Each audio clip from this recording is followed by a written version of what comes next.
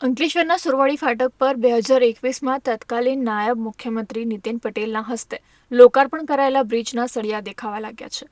અંદાજે 104.80 કરોડના ખર્ચે નિર્માણ પામેલા બ્રિજ પર એક વર્ષમાં જ ખાડા દેખાવા માંડ્યા હતા, જેના પગલે તંત્ર દ્વારા વારંવાર ડામરના થીંગડા મારવા પડી રહ્યા છે. 4 મહિના પૂર્વે પણ માર્ચ માસમાં સળિયા દેખાવાના અહેવાલ પ્રકાશિત થતા જ ત્યાં સિમેન્ટના થીંગડા મારી દેવામાં આવ્યા હતા, જે ચોમાસાના પ્રથમ રાઉન્ડમાં પુનઃ નીકળી જતા હવે તો પહેલા કરતા વધુ સળિયા બહાર આવી ગયા છે અને આખી સળિયાની જાળી બહાર આવી ગઈ છે.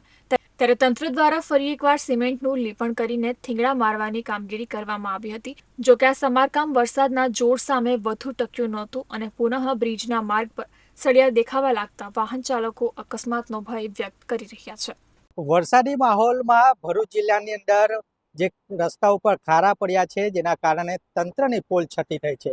હાલ ઊભો છું અંકલેશ્વર ટ્રી બ્રિજ ઉપર અને ટ્રી બ્રિજની હાલત તમને બતાવું કે આ જે ખારા છે તે જોવા મળી રહ્યા છે. જે સળિયા છે તે બહાર આવી ગયા છે. આ 100 કરોડથી વધુના ખર્ચે આ બ્રિજ જે છે તે બનાવવામાં આવ્યો છે અને અહીંથી હજારો વાહન રોજના પસાર થાય છે. આ નાયબ મુખ્યપ્રધાન જે છે તે મુખ્યમંત્રી નીતિન પટેલ દ્વારા આનું લોકાર્પણ કરવામાં આવ્યું હતું.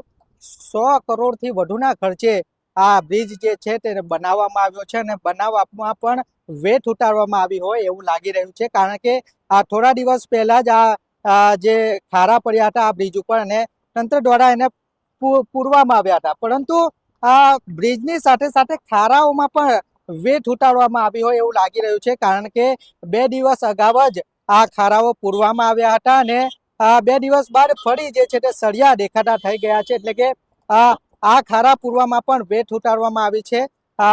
લોકોના પૈસા જે છે તેનો બગાડ કરવામાં આવી રહ્યો છે. લોકો ટેક્સ ભરી રહ્યા છે. ટેક્સના પૈસાથી આ જે કામ જે છે તે થતું હોય છે ને એના પૈસાનો જે છે વેરફાર એ છે ખુલ્લેઆમ આપ જોઈ રહ્યા છો કે વેરફાર થઈ રહ્યો છે.